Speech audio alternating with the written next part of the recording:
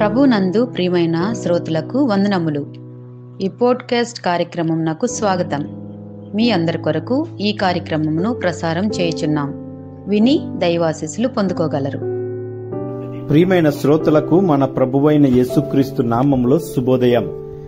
శ్రోతలారా, బాగున్నారా? మీ కొరకు ప్రతిదినం ఫీబా ఇండియా పక్షముగా ప్రార్థన చేస్తూ ఉన్నాం.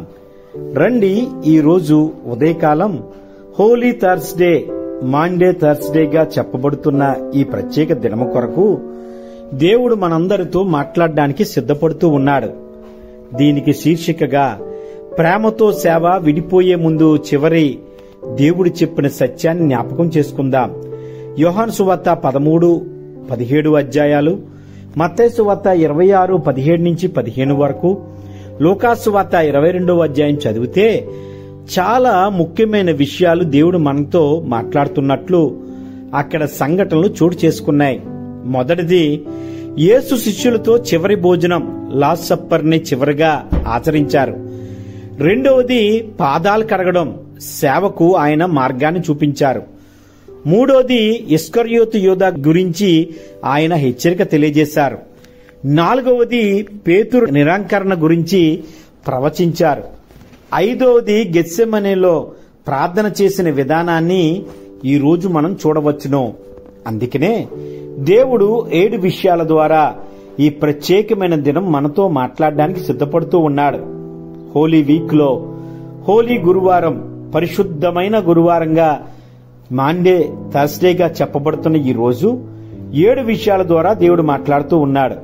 మొదటిది, సేవలో గొప్పతనాన్ని దేవుడు మనకి చూపించాడు. నిజంగా యేసు తన శిష్యుల పాదాలను స్వయంగా కడిగాడు. ఇది వినయానికి అత్యుత్తమైన మార్గం. యోహాను సువార్త 13-14లో, నేను మీ పాదాలు కడిగినట్లు మీరును ఒకరిని ఒకడు కడగవలెను, ఒకరి యందు ఒకరు ప్రేమ కలిగి ఉండాలి అని దేవుడు చెబుతూ ఉన్నాడు. ఒకరి ఒకరు తగ్గించుకోవాలి.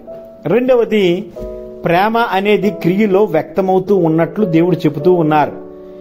యేసు సిలువకు ముందు తన ప్రేమను పాక్షికంగా చూపలేదు, పూర్తిగా చూపించారాయన. యోహాను సువార్త 13:1 ఉన్న ప్రకారం, తన వారిని ప్రేమించినవాడు నన్ను ప్రేమించినట్లు అని దేవుడు మాట్లాడుతూ ఉన్నాడు. ఆలోచన చేద్దామా? ప్రేమ అనేది క్రియలో కనబడాలి. మూడవది, తన సేవకు త్యాగం అవసరమని దేవుడు తెలియజేశారు. చివరి లార్డ్ సప్పర్లో, ఆఖరి భోజనంలో యేసు తన శరీరాన్ని గురించి, రక్తాన్ని గురించి మన కోసం ఆయన చెబుతూ, లూకా సువార్త 22:19లో, ఇది మీ కొరకు ఇవ్వబడిన నా శరీరము అని మాట్లాడుతూ ఉన్నారు. నిజంగా ఆయన సేవకు మనం త్యాగం చేసుకున్న వారిగా, ఆయన ప్రేమను మనం పొందిన వారిగా మనము ఆలోచన చెయ్యాలి. నాలుగవది, నమ్మక ద్రోహం మన మధ్యనే ఉంటే ప్రమాదమని దేవుడు చెబుతూ ఉన్నారు. యూదా కూడా మన మధ్యనే ఉన్నాడు, ఆయన మనతో ఉన్నాడు, ఆయనతో ఉన్నాడు, జీవించాడు. అయితే యేసుని నమ్మక ద్రోహిగా మారిపోయాడు.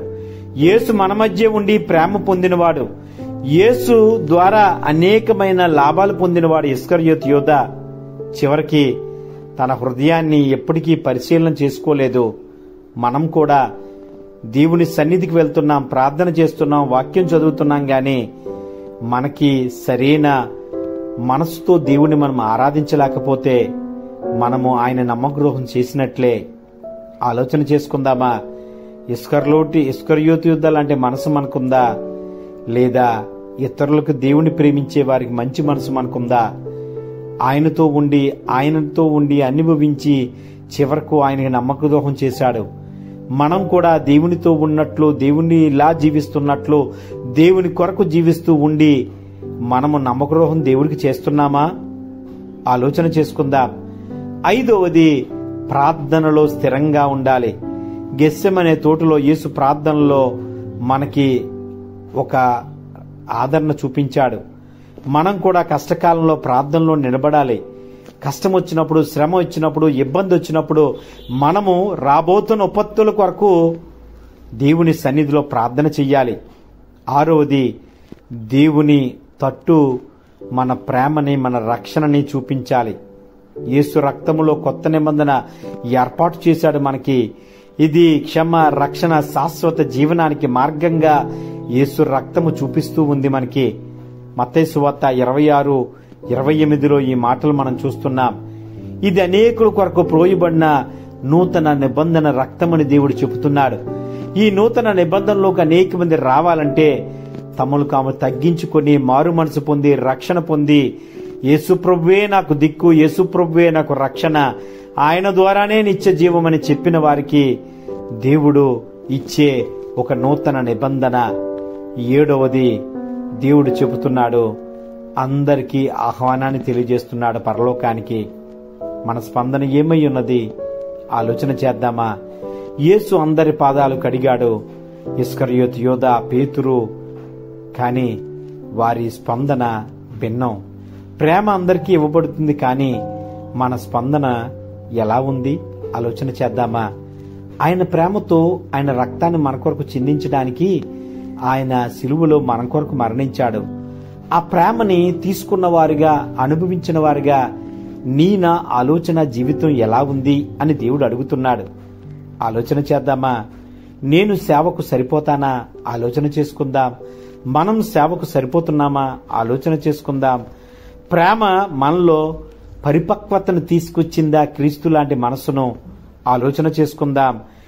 దేవుడిచ్చిన ఆ చివరి లార్డ్ సప్పర్ ద్వారా ప్రేమ, ఆదరణ, ఓదార్పును దేవుడు మనకిచ్చాడు. అది మన జీవితాల్లో ఉందా ఆలోచన చేసుకుందాం. ఈ మాండే గురువారం రోజు దేవుడు మనతో మాట్లాడుతూ ఉన్నాడు. ఇదిగో ఇది చాలా ముఖ్యమైన దినం. దేవుడి వచ్చేంత వరకు ఈ మాండే గురువారం చేసిన ప్రభురాత్రి భోజనం రోజు ఆయన ప్రేమలో, ఆయన శరీరంలో, ఆయన రక్తముతో మనం చేర్చబడి కడగబడి ఆయనలా జీవించాలని దేవుడు కోరుతున్నాడు. అట్టి రీతిలో దేవుడు నడిపించేలాగున ప్రార్థన చేసుకుందాం. ఆమేన్. ఈ కార్యక్రమమును గూర్చి మీ సలహాలు మరియు మీ ప్రార్థనా అవసరతల కొరకు మమ్మను సంప్రదించవలసిన మా ఫోన్ నంబర్ 948585085039 మరియు ఈమెయిల్ ఐడి info@fibaonline.org. మా ఫోన్ నంబర్ మరొకసారి 9480585039. Email ID info@fibaonline.org.